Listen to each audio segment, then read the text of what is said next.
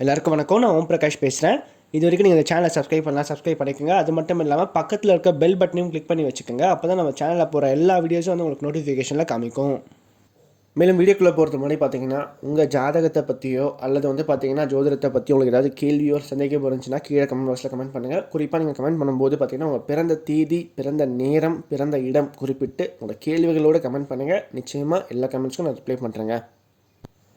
இதோட நம்ம என்ன பார்க்க போகிறோம் அப்படின்னா, மேஷ ராசியில் பிறந்தவங்களுக்கு 2024ஆம் ஆண்டு செப்டம்பர் மாத ராசி பலன்களை பற்றி நம்ம தெளிவாக பார்க்க போகிறோங்க. இந்த செப்டம்பர் மாதம் நிச்சயமாக அவனோட வாழ்க்கையில் நல்ல ஒரு மாற்றங்களை கொடுக்க போகுதுங்க. அது என்ன மாற்றங்கள்னு சொல்லிட்டு தெளிவாக பார்க்கலாம் வாங்க.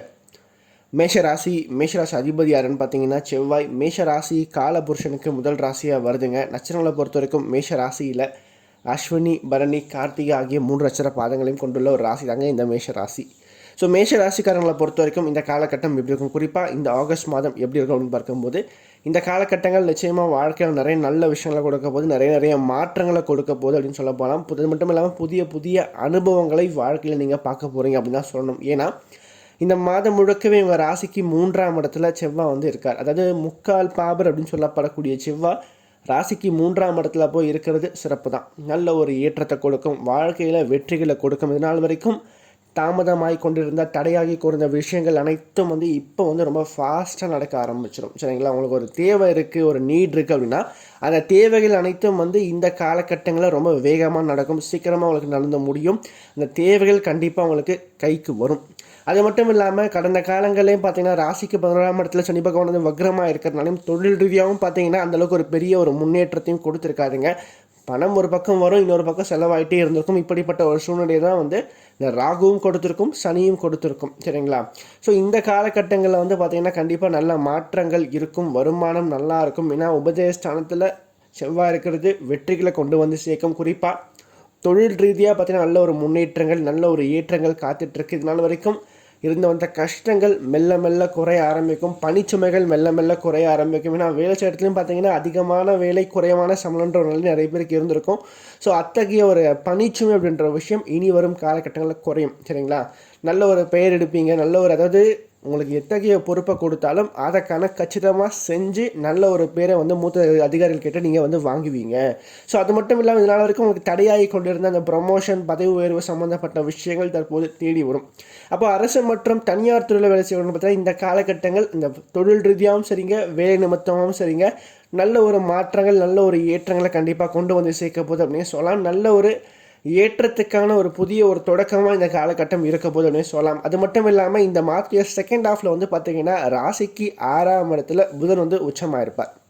கூட வந்து பார்த்திங்கன்னா சூரியனும் சேர்ந்திருப்பார். ஸோ இது வந்து பார்த்திங்கன்னா சிறப்பு தான். ஏன்னா குரு பார்வையில் இந்த சூரியனும் புதனும் இருப்பாங்க, சிறப்பு. அதாவது குரு பார்வை இல்லாமல் இருக்கும்போது பலன்கள் ஒரு மாதிரி இருக்கும், குரு பார்வையில் ஒரு கிரகம் இருக்கும்போது பலன்கள் ஒரு மாதிரி இருக்கும். அதுதான் அந்த குரு பார்வைக்கான விசேஷமான ஒன்று. ஸோ அந்த வகையில் பார்க்கும்போது இந்த காலகட்டத்தில் வந்து பார்த்திங்கன்னா 6ஆம் இடம் வளர்த்துட்டாவே நல்ல ஒரு வேலை, நல்ல ஒரு உத்தியோகம் கண்டிப்பாக கிடைச்சிடும். அப்போது மேஷ ராசியில் பிறந்து நல்ல ஒரு வேலை கிடைக்காம படித்து முடிச்சுட்டு வேலை தேடிட்டு இருக்கிறவங்களும் சரிங்க, ஏற்கனவே இருந்த வேலையை விட்டுட்டு இன்னொரு வேலைக்கு முயற்சி பண்ணுறவங்களும் சரிங்க, இந்த காலகட்டம் நீங்கள் செய்கிற முயற்சிகள் கண்டிப்பாக உங்களுக்கு பலன் கொடுக்கும். ஏன்னா 3ஆம் இடம் வலுத்து போயிருக்கு, 6ஆம் இடம் வலுத்து போயிருக்கு. ஸோ எப்படி இருந்தாலும் இந்த காலகட்டம் நல்ல ஒரு மாற்றத்தை கொடுத்துரும், நல்ல ஒரு உத்தியோகத்தை வாங்கி கொடுத்துரும். அப்போ வேலைக்கு முயற்சி பண்ணுறவங்க தாராளமாக இந்த மாதம் நீங்கள் முயற்சி பண்ணுங்கள், கண்டிப்பாக உங்களோட முயற்சிகள் வெற்றி பெறும் அப்படின்னே சொல்லலாம். அது மட்டும் இல்லாமல் ராசிக்கு 6ஆம் இடம் வலுக்கும் போது கேட்ட இடத்துல கடன் கிடைக்குங்க. அதாவது நீங்கள் பேங்க்கில் லோன் அப்ளை பண்ணுறீங்க, ஒரு வீடு கட்டுறதுக்காக அல்லது வண்டி வாகனம் வாங்குறதுக்காக ஏதோ ஒரு விஷயத்துக்காக நீங்கள் வந்து ஒரு லோன் அப்ளை பண்ணுறீங்க அப்படின்னா கண்டிப்பாக அந்த லோன் இப்போது கிடைக்கும். அப்போ கடன் தேவை நீடு யாருக்கு இருக்கோ, யாருக்கெல்லாம் கடன் வேணும்னு நினைக்கிறீங்களோ அவங்க எல்லோருக்கும் இந்த காலகட்டம் கடன் அப்படின்ற விஷயத்தை உருவாக்கி கொடுக்கும். நீங்கள் முயற்சி பண்ணால் கண்டிப்பாக உங்களுக்கு லோன் கிடச்சிரும். அதோடு மட்டும் இல்லாமல் 6ஆம் இடம் கொஞ்சம் அதிகமாக வளர்க்கும் போது கொஞ்சம் ஆரோக்கியத்திலும் நீங்கள் கொஞ்சம் அக்கறை எடுத்துக்கணும். பட் என்ன இருந்தாலும் செவ்வாய் வலுவாக இருக்கிறதுனால எத்தகைய பிரச்சனை இருந்தாலும் சமாளிச்சிருவீங்க. ஆனால் கொஞ்சம் வந்து சாப்பிட்ற ஃபுட்ஸில் வந்து கொஞ்சம் கண்ட்ரோல் எடுத்துக்கோங்க. தேவையற்ற உணவுகளை சாப்பிட்றத முடிவிற்கும் தவிர்க்கிறது சிறப்பாக இருக்கும். ஆரோக்கியமான உணவுகளை சாப்பிட்றத பழக்கப்படுத்திக்கோங்க. ஏன்னா 2ஆம் அதிபதினு சொல்லப்படக்கூடிய சுக்கிரனும் பார்த்தீங்கன்னா இந்த மாதம் முழுக்கவே கொஞ்சம் பலவீனமாக தான் இருப்பார். அதாவது செப்டம்பர் மாதம் 20ஆம் தேதி வரைக்கும். அதன் பிறகு புதன் வந்து 6ஆம் இடத்துக்கு வந்துடுவார். ஸோ இப்படிப்பட்ட அமைப்பில் இருக்கிறவங்க கொஞ்சம் சாப்பாட்டில் கொஞ்சம் கண்ட்ரோல் அப்படின்ற விஷயம் தேவை உங்களை இந்த மாதத்தை பொறுத்த வரைக்கும். அது மட்டும் இல்லாமல் இந்த மாதத்துடைய முதல் பகுதியில் வந்து பார்த்திங்கன்னா ராசிக்கு 2ஆம் இடத்துல குரு பகவான் அமர்ந்து ராசிக்கு 6ஆம் இடத்தையும் 8ஆம் இடத்தையும் 10ஆம் இடத்தையும் பார்க்குறது சிறப்பு. அப்போ இந்த காலகட்டத்தை பொறுத்த வரைக்கும் ரொம்ப லாங் டேர்ம் இன்வெஸ்ட்மெண்ட்டாக அதாவது நீங்கள் வந்து பணத்தை போய் முதலீடு பண்ணுவீங்க.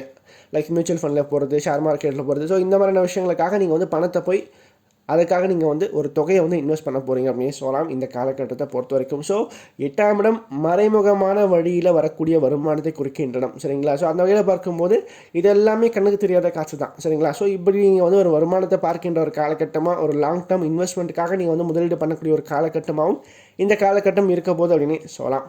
அது மட்டும் இல்லாமல் எப்பவுமே 10ஆம் இடத்தை குரு பகவான் பார்த்துட்டாவே நல்ல ஒரு உத்தியோகம் சம்மந்தப்பட்டவரை நல்ல ஒரு ஏற்றத்தை கண்டிப்பாக கொடுத்தாகணும். என்ன ஒன்று, சனி மட்டும் கொஞ்சம் வக்கரமாக இருக்குது. அப்போ வருமானம் ஒரு பக்கம் வரும், இன்னொரு பக்கம் கொஞ்சம் செலவுகள் இருக்குது. அந்த செலவுகளை கொஞ்சம் நீங்கள் கட்டுக்குள்ளே வச்சுக்கிட்டீங்க, கொஞ்சம் கண்ட்ரோலில் வச்சுக்கிட்டிங்கன்னா கண்டிப்பாக இந்த காலகட்டம் ரொம்ப நல்ல ஒரு காலகட்டமாக இருக்கும். அதுக்கடுத்து திருமண வாழ்க்கையை பார்க்கும்போது இந்த காலகட்டத்தில் வந்து பார்த்திங்கன்னா ராசிக்கு 2ஆம் அதிபதி இந்த மாதிரி செகண்ட் ஹாஃப்லேருந்து ராசிக்கு 7ஆம் இடத்துக்கு வந்தார் சுக்கிரன். அப்போது திருமண வாழ்க்கை மெல்ல மெல்ல நல்ல ஒரு மாற்றத்தை கண்டிப்பாக சந்திக்க போகுது அப்படின்னு சொல்லலாம். இதனால் வரைக்கும் இருந்து வந்த பிரச்சனைகள், குழப்பங்கள், கருத்து வேறுபாடுகள் சரியாகும். நல்ல ஒரு ஒத்துமையாக சந்தோஷமாக வாழ்க்கையை வாழக்கூடிய ஒரு காலகட்டமாக இந்த காலகட்டம் இருக்கும் மேஷ ராசியில் பிறந்தவங்களுக்கு. ஸோ யாருக்கெல்லாம் அந்த குடும்ப பிரச்சனை, குடும்பத்தில் ஒரே சண்டை சச்சரவு, அதாவது கஷ்டப்பட்டு வேலை செஞ்சுட்டு வீட்டுக்கு போவீங்க, வீட்டுக்கு போனாலும் அங்கே வந்து பார்த்திங்கன்னா ஒரே சண்டை சச்சரவு தான், எங்கே நிம்மதி கிடைக்கும். ஸோ அப்படி இருக்கிறவங்களுக்கு பார்த்திங்கன்னா இந்த காலகட்டத்தில் அந்த குடும்பம் சம்மந்தப்பட்ட வழியில் குடும்பத்தில் இருந்த பிரச்சனைகள் கண்டிப்பாக சரியாகும், ஒத்துமை அதிகரிக்கும். ஏன்னா நல்ல ஒரு அண்டர்ஸ்டாண்டிங் கண்டிப்பாக உண்டு இந்த காலகட்டத்தை பொறுத்த வரைக்கும். சுக்கிரன் வளர்த்துட்டாவே மேஷத்தை பொறுத்த வரைக்கும் நல்ல ஒரு ஏற்றத்தை கொடுத்துருவார், சரிங்களா. அந்த வகையில் பார்க்கும்போது இப்போ ராசிக்கு 7ஆம் இடத்துக்கு சுக்கிரன் வந்து இந்த மாதத்துடைய செகண்ட் ஹாஃபில் வந்துடுறார். அப்போ இந்த மாதத்துடைய செகண்ட் ஹாஃப்ல இருந்து குடும்ப வாழ்க்கை நல்லாயிருக்கும். அது வரைக்கும் கொஞ்சம் நீங்கள் விட்டு கொடுத்து அனுசரித்து போயிட்டா சிறப்பாக இருக்கும். அதோடு மட்டும் இல்லாமல் எப்போவுமே வந்து 3ஆம் இடத்துல கூடிய செவ்வாய் வந்து பார்த்திங்கன்னா வாழ்க்கையில் நிறைய மாற்றங்களையும் கொடுப்பார், நிறைய புதிய அறிமுகங்களை கொடுப்பார். அது மட்டும் இல்லாமல் நல்ல ஒரு பெயர் புகழ் அந்தஸ்தையும் கொடுப்பார். சமுதாயத்தில் அல்லது வேலை செய்கிற இடத்துல பார்த்திங்கன்னா உங்களுக்கு இதனால் வரைக்கும் கிடைக்காம இருந்த, தடைப்பட்டு கொண்டிருந்த அந்த ஒரு கிடைக்க வேண்டிய சில விஷயங்கள் தற்போது கிடைக்கும். அதுக்கடுத்து வந்து பார்த்திங்கன்னா இந்த காதலிச்சுட்டு இருக்கணும், அந்த காதல் வாழ்க்கை ஓரளவுக்கு நல்லா இருக்கும் இந்த காலகட்டத்தை பொறுத்த வரைக்கும். மேலும் வந்து பார்த்திங்கன்னா குழந்தை பாக்கியம் சம்மந்தப்பட்ட விஷயங்களுக்காக யாரெல்லாம் முயற்சி பண்ணிட்டுருக்கீங்களோ, திருமணமாகி மேஷ ராசியில் பிறந்தவங்க யாருக்கெல்லாம் அந்த குழந்தை பாக்கியம் என்ற விஷயம் காலதாமதமாகிட்டு இருக்கோ அவங்க எல்லோருக்கும் இந்த காலகட்டம் நல்ல ஒரு காலகட்டமாக அமையும். ஏன்னா சூரியன் ஓரளவுக்கு இந்த மாதிரி முதல் பகுதியில் வலுவாக இருக்கார், சரிங்களா. செகண்ட் ஹாஃபில் வந்து பார்த்திங்கன்னா பாக்கியாதின்னு சொல்லப்படக்கூடிய குருவும் ஓரளவுக்கு நல்லா தான் இருக்கார், சரிங்களா. வீடு கொடுத்து சுக்கிரன் நல்லா இருக்கார். ஸோ அந்த வகையில் பார்க்கும்போது இந்த காலகட்டம் இந்த குழந்தை பாக்கியம் சம்மந்தப்பட்ட விஷயங்களுக்காக முயற்சி பண்ணுறதுக்கு நல்ல ஒரு காலகட்டமாக இந்த காலகட்டம் இருக்கும். அதே மாதிரி இந்த பூர்வீக சொத்துக்கள், அப்புறம் வந்து கோர்ட்டு கேஸு வம்பு வழக்குன்னு சொல்லிட்டு யாருக்கெல்லாம் அந்த சொத்து சம்மந்தப்பட்ட பிரச்சனை, வழக்கு சம்மந்தப்பட்ட பிரச்சனை, தேவையில்லாமல் போய் அந்த ஒரு கோர்ட்டு கேஸுன்னு சொல்லி இழுத்து அடிச்சுட்டு இருக்கிற விஷயங்களுக்காக யாரெல்லாம் முயற்சி பண்ணிட்டு அந்த வழக்குகள் சாதகமாக அமைஞ்ச முடியும் இந்த காலகட்டத்தில். ஸோ அந்த ஒரு கோர்ட்டு கேஸில் இருக்கக்கூடிய அந்த என்ன சொல்கிறதுங்க, அந்த ஒரு விஷயங்கள் உங்களுக்கு சாதகமாக இப்போ அமைஞ்ச முடியுங்க. அதுதான் முக்கியமான விஷயம். ஏன்னா 3ஆம் இடம் வெற்றி ஸ்தானம், சரிங்களா. அங்கே செவ்வாய் போய் உட்காரும் போது வெற்றி அப்படின்றது உங்கள் பக்கம் தான். அப்போது நீங்கள் வந்து எந்த ஒரு விஷயத்துக்காக முயற்சி பண்ணுறீங்களோ அதில் வந்து உங்களுக்கு சாதகமான முடிவுகள் வரத்துக்கு நிறைய வாய்ப்புகள் இருக்குது இந்த காலகட்டத்தை பொறுத்த வரைக்கும். அதே மாதிரி மாணவ மாணவிகளை பொறுத்த வரைக்கும் படிப்பு ரீதியாக நல்ல ஒரு முன்னேற்றங்கள், நல்ல ஒரு ஏற்றங்கள் கண்டிப்பாக காத்துட்ருக்கு. இந்த மாதத்திய முதல் பகுதியில் மட்டும் கொஞ்சம் அந்த மந்தத்தன்மை அப்படின்றது எட்டி பார்க்குங்க. ஆனால் செகண்ட் ஹாஃப்லேருந்து ரொம்ப சூப்பரான ஒரு காலகட்டமாக தான் உங்களுக்கும் இருக்க போகுது. ஏன்னா ராசியை சுக்கிரன் பாப்பா ரொம்ப ஆக்டிவாக இருப்பீங்க, பிரிஸ்காக இருப்பீங்க. ஸோ நம்ம ஃபஸ்ட் கிளாஸாக இருக்கக்கூடிய ஒரு காலகட்டமாக தான் இந்த காலகட்டம் மேஷ ராசியில் பிறந்த மாணவ மாணவர்களுக்கு இருக்கும் அப்படின்னே சொல்லலாம். அதே மாதிரி ஓவராலாக பார்க்கும்போது இந்த காலகட்டம் நல்ல ஒரு முன்னேற்றம், நல்ல ஒரு ஏற்றத்தை கண்டிப்பாக கொடுக்கும் மேஷத்தை பொறுத்த வரைக்கும். என்ன ஒன்று, ஆரோக்கியத்தில் கொஞ்சம் அக்கறை எடுத்துக்கோங்க. அதே மாதிரி கேட்ட இடத்துல கடன் கிடைக்குதுன்னு சொல்லிட்டு நிறைய கடன் வாங்க வேண்டாம். அப்புறம் அடைக்கிறதும் கொஞ்சம் கஷ்டமாக போயிடும் உங்களை பொறுத்த வரைக்கும் இந்த காலகட்டத்தில். மேலும் வந்து பார்த்திங்கன்னா சனி கொஞ்சம் வக்கரமாக தான் இருக்காது இந்த காலகட்டத்தில். அப்போ வருமானம் ஒரு பக்கம் வருங்க, கொஞ்சம் ஹார்ட் ஒர்க் பண்ணுற மாதிரி இருக்கும். ஹார்ட் ஒர்க் பண்ணி உழைச்சிங்கன்னா கண்டிப்பாக இந்த காலகட்டம் ரொம்ப சூப்பரான ஒரு காலகட்டமாக தொழில் வேலை ரீதியாக கண்டிப்பாக இருக்கும். அடுத்து சந்திராஷ்டமத்தில் பொறுத்த வரைக்கும் இந்த செப்டம்பர் மாதம் பார்த்திங்கன்னா செப்டம்பர் மாதம் 9ஆம் தேதி காலை 11:30 மணி முதல் செப்டம்பர் மாதம் 11ஆம் தேதி இரவு 9:30 வரைக்கும் சந்திராஷ்டமம் இருக்குங்க. இந்த காலகட்டங்களில் சந்திரன் உங்கள் ராசிக்கு 8ல் போய் மறைவார். 8ஆம் இடத்துல சந்திரன் மறைந்தாலும் கூட அவர் அங்கே குரு பார்வையில் இருப்பார். ஸோ இந்த சந்திராஷ்டமம் பெரிய அளவுக்கு ஒரு பாதிப்புகளை கொடுக்காதுங்க. என்ன ஒன்று, சந்திரன் வந்து நீச்சமாக இருக்கிறனால கொஞ்சம் மனக்குழப்பங்களை கொடுக்கும், மன உளைச்சலை கொடுக்கும். ஸோ அப்போ தேவையற்ற விஷயங்களில் மனசை வந்து அலப்பாய விடாமல் முடிஞ்ச வரைக்கும் பார்த்தீங்கன்னா அவளோட எண்ணங்களை தெளிவாக்கிக்குங்க, மனசை வந்து ஒருநிலைப்படுத்திக்கிங்க, அவ்வளோதான் சொல்லுவேன். சரிங்களா? அதே மாதிரி இந்த காலகட்டங்களில் பக்கத்தில் இருக்கக்கூடிய துர்கை அம்மன் கோயிலுக்கோ அல்லது வந்து ஏதாவது அம்மன் கோயில் இருந்தாலும் அங்கே போயிட்டு வர்றது நிச்சயமாக மனக்குழப்பங்களை நீக்கும், மனசில் ஒரு தெளிவையும் ஒரு சந்தோஷத்தையும் கண்டிப்பாக கொடுக்கும் அப்படின்னு சொல்லலாம். இந்த வீடியோ உங்களுக்கு பிடிச்சிருந்துச்சுன்னா லைக் பண்ணுங்கள், கமெண்ட் பண்ணுங்கள். அது மட்டும் இல்லாமல் உங்களோட ஃப்ரெண்ட்ஸுக்கும் சரி உங்களோட ஃபேமிலிக்கும் இந்த வீடியோ ஷேர் பண்ணுங்கள். ஏன்னா அவனோட வாழ்க்கையில் கண்டிப்பாக ஒரு மாற்றத்தை ஏற்படுத்தக்கூடிய வகையில் இந்த வீடியோ இருக்கும். குறிப்பாக சொல்லப்போனால் கஷ்டத்தில் இருக்கக்கூடியவங்களுக்கு இந்த வீடியோ ஷேர் பண்ணுங்கள்.